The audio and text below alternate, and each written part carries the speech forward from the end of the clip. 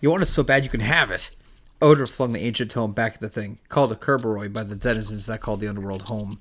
It was massive and sinister without a doubt, but he was no stranger to the great below. His legacy serves as ambassadors to beings of major power down here, and amusingly enough, it wasn't even the first time this particular asshole had pursued him. Granted, Odor was stealing his shit, but details. As the book, ominously bound in chains, met the chest of the thing, it seemed to collapse inward, and the resulting vacuum threatened to pull the mage in as well. Thinking quickly, Odor visualized an imago and reached out, visualizing success. Fortunately, it did indeed happen this time as planned, threads of plasm flinging from his fingertips and gripping onto the stone walls comprised of the tragic damned trapped within their walls.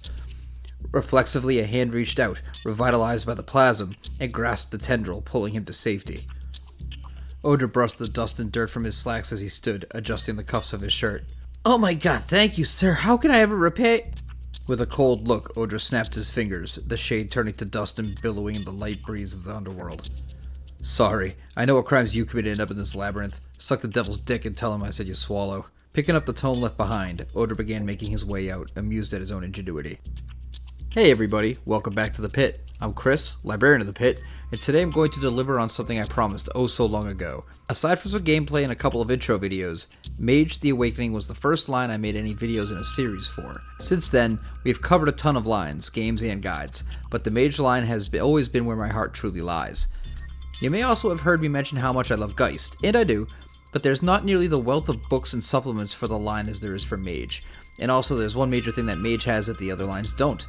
Immense flexibility. I'm not talking flexibility in characters or ideas per se, but more so in the way they can work their wills on the world. They utilize their will in connecting to the supernal through the watchtowers to work their views of reality on the world. Limited only by their hubris and education, the Awakened can work their whims on this world a number of different ways. Needless to say, this all falls under the umbrella of magic, but here's where magic truly shines. They have basic pre-made spells that are practiced so routinely they become second nature to the Awakened, called rotes, and that's all well and good, but who the hell wants to take a cookie-cutter approach to enlightenment? Not I, that's for sure. And that's where improvised magic, or creative thaumaturgy, comes in. Just a brief moment of reflection here before going on. To anyone who is a veteran of Mage the Ascension like myself, this really isn't going to seem very new. In fact, this is really the way the original Mage game was played. Your character visualizes what you wish to accomplish, while the player describes it to the storyteller. You work together to figure out how, and if the character could accomplish it reasonably, then you roll and pray. Sounds familiar, right? This is not the hardest thing to do, despite how complicated it may seem. First, think of what you would want to do. Then, tell the storyteller and see if he buys your bullshit. If he goes for it, roll. Those are the extreme basics, but of course, we need to get in depth with it, or we wasted both of our time.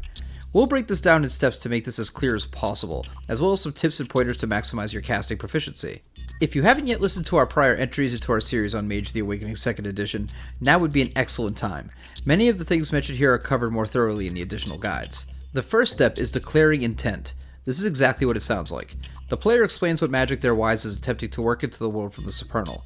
As the book says, at this stage it isn't about the how, but the what. If you can't clearly and eloquently put into words what you are trying to make happen in the game, how could your Awakened hope to imagine it with their imago? Moments like these, it's not a bad idea for newer players, or even veterans, to keep some blank paper or a tablet with them to use as if to compose their thoughts and plans in a cohesive manner. Once that is good to go, it's time for us to move on to the next step. We need to determine what of the 10 arcana we will need to utilize, as well as the practice. For those that need a refresher, the arcana are the different classifications of types of magic, and the 13 practices are the levels of skill required to work that level of arcana. Again, this sounds far more complicated than it is. Part of the beauty of the system in Mage the Awakening 2nd Edition is that your spell could work under numerous arcana and practices, not just the one. Half the fun is theorizing what arcana play most to your skill set, always attempting to utilize your ruling arcana to maximize your dice pool. The third step is where we begin to get a bit more complicated. This is the phase where we determine effect and cost. As open-ended as the casting system is in the 2nd edition, I can't possibly go into every sort of effect or effort of a spell, but as in the book we'll cover some of the more common ones. For the sake of this guide, we'll not be getting too deep into casting spells that have more than one major effort. For example, injuring and healing yourself, blinding and obscuring yourself, injuring and cursing. These fall under combined spells, and this is something we'll have to get into deeper later, as they warrant their own guide themselves. As far as the cost goes working your will into this world from the supernal, it's important to note that mana costs are cumulative. The good news, slinging your supernal skills does not have to take place over the course of a single turn. If you need to spend more mana that is typically allowed your Gnosis rating, you can actually take multiple turns. You can take your time. You don't need to rush it. Just be aware, however, that your now potential foe may not have any such restrictions. Another thing to note is if you are distracted mid-cast and are not able to complete the spell, any mana spent up to that point is lost, and the spell does not come to be unless you dare try again. Damage effects can be ranked a number of ways. As the book puts it, damage can be done both directly and indirectly. You can go Palpatine and spray deadly lightning from your fingertips, or be far more subtle. Really unfortunate that the landlords break sweat while driving down that hill in San Francisco, right? Here are some notes on damage. Direct damage, such as the lightning above, can be done from almost any arcana. However, the damage is almost always equal or less than the potency. 3-dot spells inflict bashing damage, while 4 dots inflict lethal. This infers that the 3rd level of a practice falls under the fraying spells, while the 4th level indicates it is an unraveling spell. This was a bit better described in 1st edition, but let's not start getting elitist here. We all know mages are absolutely not elitist, right? A lethal damage spell of the rank 4 practice Unraveling can be bumped up to aggravated damage level by spending an additional mana in one reach, or grasping to cast something typically out of your ability. Again, I'll get more to that in a supplemental guide.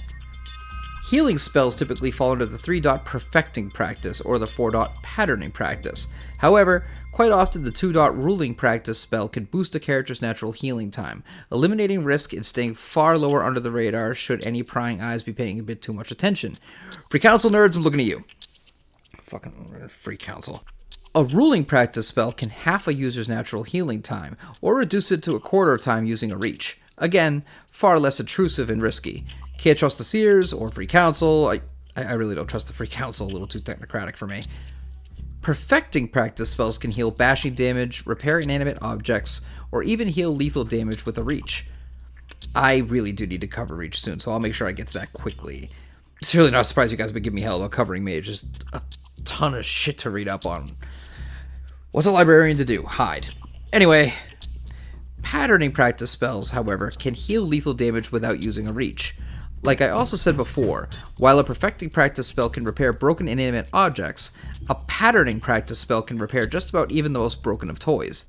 Lastly, regarding healing spells, a patterning practice spell can actually even heal aggravated levels of damage, instead of just lethal, at the cost of additional mana and a reach. That is invaluable to a mage who routinely plays with fire, just saying.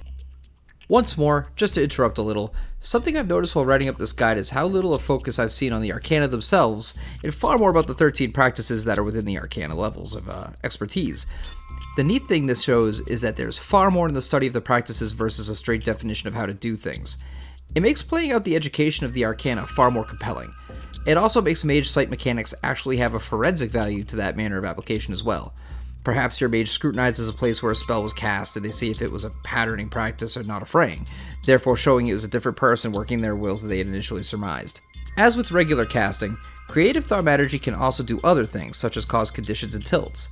Admittedly, when I was first getting back into storytelling, I did not utilize these parts of the system, mostly due to my old reliance on the original World of Darkness systems. But in time I've softened to them, and they can have a very fun place at the table. The compelling practices of spells can't cause conditions, but instead exasperates them. It's an escalation manner of sorts. If you were already afraid, compelling practice spells can make you terrified. If you found someone attractive, the compelling practice aspect would make you want to bed them. It escalates already existing conditions, it doesn't create them. Spells of the ruling practice could create non-permanent, very basic conditions, making someone tired, distracted, basic conditions of the non-supernatural kind. Permanent or persistent conditions almost always require a patterning practice or unraveling practice level of ability. To be noted as well, supernatural conditions typically require a weaving level of practice. Regarding the length of time a created condition lasts, well, they only last as long as the duration factor of the spell. If the target beats a condition before it was set to expire, they lay claim to a beat as normal. The storyteller decides whether or not the beat is typical or arcane. If the duration expires, they don't receive a damn thing. A last part on this. To make a spell lasting is always going to cost an additional 2 reach, and as always, even allowing this is under storyteller discretion. Trying to remove a condition utilizing the arcana is always, at minimum, a ruling practice level of skill. Otherwise, about conditions, they are just the same as the guidelines allowed. Lastly, on this part, tilts are typically created by applying reach to an attack spell, but if you'd like to test the fate to create a tilt of your own, be aware you need to utilize at least a fraying or patterning practice level of aptitude. Next, we'll talk about bonuses, penalties, and dice effects. This section is almost like a bullet point method of explaining what the spells and practices can do, so I'll mostly be listing them off in a drier fashion than many of the things we've been covering here. My apologies if it comes off a bit dry, but c'est la vie. Merits, attributes, and skills can be enhanced through Creative Thaumaturgy, and they work as such. Ruling practice spells typically boost a merit, and attributes and skills use the perfecting practice, and our mage can even gain dots of something they have no education in whatsoever using a patterning practice spell. Spells that increase equipment bonuses are considered trait bonuses, and this also applies to spells that simply increase a dice pool in general regard. Though the book comes out and says this, it hurts me to do so. Get ready. While a spell can grant a number of dots equal to the potency, no spell can grant other supernatural advantages. No, your mage cannot use blood points. They cannot use primal urge. They cannot use whatever Numina from Demon the Descent. This isn't the old world of darkness. Get the hell out of here with your power gaming vampire werewolf abomination nonsense. This game is complicated enough. Alright, that sadly necessary disclaimer done. Let's move on. Any spell that increases your traits beyond the natural maximum costs 1 mana, and that higher Gnosis level mages and that other supernatural denizens of the Chronicles of Darkness can often naturally go above 5. Regarding that number, all equipment and items have a trait maximum of +5 as well. Any trait dots gained by magic only last through duration, and are not subject to the Sanctity of Merits rule. Dice effects can also be granted through Creative Thaumaturgy, and a ruling practice spell can grant a 9 again bonus to relevant actions, while using a reach can even make it 8 again. A perfecting practice spell can grant the rote action quality with the burning of a mana. Lastly, on dice bonuses, the spell will affect 1 roll per point of potency. If the duration expires before potency is used up, any excess potency is lost. Another type of spell is a protection spell, most commonly associated with the shielding practice. This functions almost the same as in the first edition, and they usually provide blanket immunity to natural and basic situations, while also protecting our mage from supernatural attacks equal to the spell's potency. Obviously, a clash of wills must occur, and our mage must pass that initial hurdle. For those needing a refresher, a clash of wills is when supernaturals roll their advantage traits in combination with a relevant skill or attribute, even potentially a merit, against one another. Mage Gnosis versus a vampire's blood potency, for example. A veiling practice spell is often better than shielding, however. Why bother protecting yourself when you can just not be seen in the first place? Using this practice in a spell makes the mage fully obscured from ordinary senses, and supernaturals must win a clash of wills to even potentially see them. Now that we've finished with the third phase, it's time to move on to the next. After this, only 2 more phases of creating your spells to go. The fourth phase of creating your spells is determining the withstand trait. Spells that specifically target someone are usually withstood, or in plain terms resisted, by one of the target's resistant attributes. Spells that are trying to pass through the gauntlet are withstood by the present gauntlet strength. Now, let's take a common sense approach here and use another perspective. Simply think, what would resist this? The living or undead resist typically using stamina for physical attacks, resolve for the more mental spells, or composure for emotions or soul-related casting. The ephemeral resist using their rank. This is not the same as a clash of wills, to be clear. Supernatural beings do not add their supernatural traits to this calculation.